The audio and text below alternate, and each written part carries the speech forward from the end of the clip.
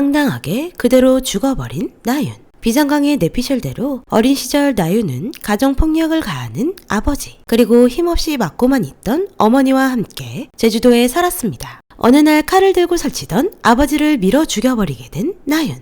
12살을 기점으로 인생이 달라집니다. 목격자였던 엄마 애수는 나윤에게 통장 하나를 주고 떠나보냈는데요. 차라리 자신이 범죄자가 되는 것이 나윤을 위해 맞다고 생각해서겠죠. 늘 불행하기만 했던 인생. 홀로 떠난 홍콩에서 밤을 살 수밖에 없던 나윤 앞에 그가 나타나는데요. 바로 지용. 지용은 그때도 지금도 여전히 뻔뻔하기만 합니다. 늘 이유가 있었고 믿고 기다려달라는 지용의 모습. 정말 진리네요. 하지만 자신을 유일하게 믿고 괜찮다고 말해준 사람이기에 나윤은 그의 손을 놓지 못했습니다. 그게 더 불행인지 모른 채 결국 그와 함께하기로 한 나윤은 이미 그때부터 여울의 정체를 알고 있었네요. 드라마에서 가장 불쌍한 건 지용이 뿌린 씨앗들. 왜 이렇게 어린 아이들에게 큰 시련만 주는 건지 제대로 된 벌을 받지 않으면 안 될 것 같은데요. 결국 이 모든 아이들을 책임져야 하는 사람은 여울이 되었습니다. 여울은 냉정하게 또다시 사건을 파헤쳐 나가야 하는데요. 나윤의 사고를 지용이 냈다는 증거를 찾는 것과 재단에 관련된 알렉스 문서를 찾아내는 일, 그리고 가장 중요한 지용이 밖으로 나오도록 꼬셔내는 일. 여울은 국제학교가 홍콩 완차이 그룹으로 넘어갈 위기에 놓인 것을 끝내기 위해 알렉스 방으로 들어가 문서를 찾아냅니다. 지용이 뒤에서 지시를 내리고 나윤이 도장 역할을 한 바로 홍콩 첸과의 계약 문서인데요. 이대로 여울은 첸과의 약속을 무력화시키기로 합니다. 이 계약서로 인해 똥줄이 타기 시작한 사람은 한 명 더 있는데요. 바로 남지선. 홍콩 완차이 그룹으로 학교가 넘어갈 위기라는 사실이 학교에 소문이 나기 시작합니다.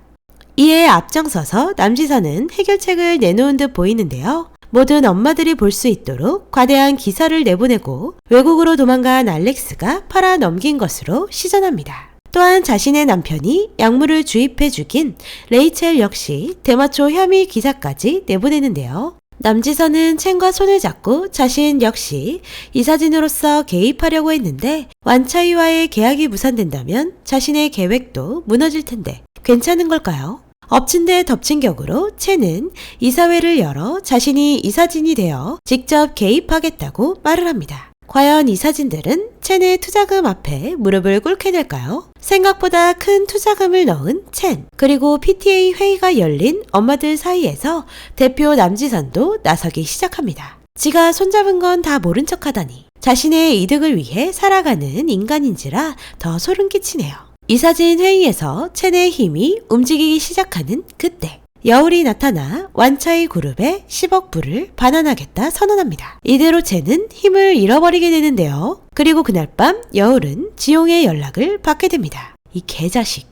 드디어 여울의 앞에도 얼굴을 드러내는데요. 할 이야기가 아주 많은 것 같은데 저는 딱밤이나 한 대 때리고 시작했으면 좋겠네요. 여울은 지용의 연락을 받자 데니오에게 상의를 하러 왔는데요. 혼자 가는 것이 조건인 여울에게 불안함을 이야기하는 데니오. 또한 여울은 데니오뿐 아닌 구형사에게도 지용을 만나러 간다고 말을 해줍니다. 자신을 의심하고 있지만 어찌됐든 형사를 개입해야 하는 사건이다 보니 구형사를 끌어들이는데요. 진짜 정신 좀 차려라 제발 구형사야. 제대로 찾지도 못하는 게 짜증나는 사람이네요. 오순상을 뒷조사시킨 것까지 모두 알고 있는 여울은 모든 짓을 그만두라고 말하며 남지선에 대해서도 구형사에게 흘리게 되는데요. 과연 남지선에 어떤 것을 알려줄까요? 몰래 감춰왔던 큰아들의 범행? 아니면 남몰래 숨겨준 남편의 범행? 남지선도 슬슬 감춰온 것이 너무 많으니 드러나기 쉬운 상태가 되었습니다. 다음날 남지선은 완차이 그룹과 계약이 무산되었다는 사실을 듣게 되는데요. 이에 화가 난 남지선. 사람들 앞에서는 학교와 아이들을 위하는 척 열심히 한 건 모두 거짓이라는 사실이 드러납니다. 자신의 자금 세탁을 위해 횡령까지 한 지선을 고소하기로 한 여울. 또다시 자신을 건드린 여울에게 분노하지만 여울을 이길 방도는 없을 것 같네요. 지선의 모든 만행이 드러나기 시작하면 아들 그리고 남편의 범행들이 모두 들통나게 생겼는데요. 이럴 때 주위에서 가만히나 있어주면 좋으련만. 또 지선의 속을 태우는 건 결국 남편 정우입니다. 레이첼이 마약한 사실을 도운 사람이 남지선의 남편이라는 걸 알게 된다면 학교 모든 엄마들도 난리 날 것 같은데요. 레이첼 몰아내자고 쇼한 것까지 모두 자신의 범행을 숨기기 위한 짓이라는 걸 들키게 생겼습니다. 남지선의 남편 정우는 정말 마음이 약한 사람인데요. 그 약한 사람이라기보다 그냥 약하는 약쟁이입니다. 자신의 힘듦을 결국 약으로 풀 수밖에 없는 정우. 또다시 약을 하고 앉아있네요. 진짜 큰일 날 새끼입니다. 약을 하고 진정시킨 정우는 경찰서로 향하게 되는데요. 결국 이대로 자백을 하게 되는 걸까요? 그동안 열심히 쌓아온 지선의 모든 것을 정우로 인해 잃게 생긴 순간입니다. 한편 여울은 지용을 만나러 가던 중 도로에 멈춰있는 차 하나를 발견하는데요. 겁도 없이 나와 살펴보던 여울을 뒤에서 몰래 납치해버리는 누군가. 이거 딱 봐도 안지용인데요. 왜 하는 짓마다 이렇게 쓰레기 같죠? 이대로 여울까지도 죽이려는 걸까요? 여울이 지용을 만나러 간다는 연락을 받게 된 구형사는 아무리 기다려도 나타나지 않는 여울이 이상해 데니오에게 연락을 했는데요. 데니오는 결국 또다시 여울의 폰에 깔린 위치 추적 앱을 사용하게 됩니다. 여울은 납치당한 후 눈을 떠보니 또다시 요트 위. 지용의 요트 사랑은 정말 끔찍할 정도네요. 자신이 사라졌던 것처럼 여울도 바다 위에서 없애버리고 싶었던 걸까요?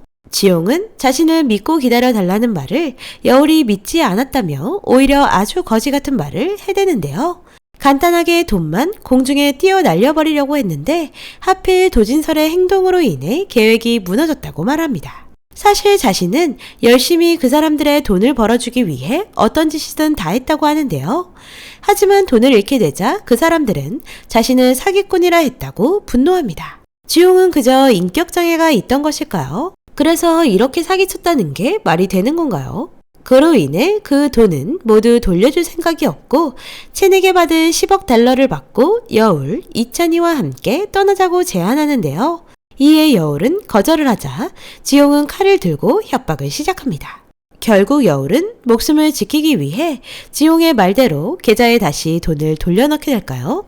비상강은 여울은 지용의 말을 들어주지 않을 것 같습니다. 물론 회유할 수도 있지만 어떤 말도 들으려 하지 않는 지용이기에 여울은 지용이 사라졌던 것처럼 바다로 들어가 버릴 것 같은데요. 이로써 자신 역시도 지용의 신분처럼 없는 신분을 만들고 지용을 만나러 가는 순간 증거를 남기기 위해 녹음이라도 했을 것 같습니다. 그래도 명색이 변호사인데 그냥 갔을 리는 없겠죠.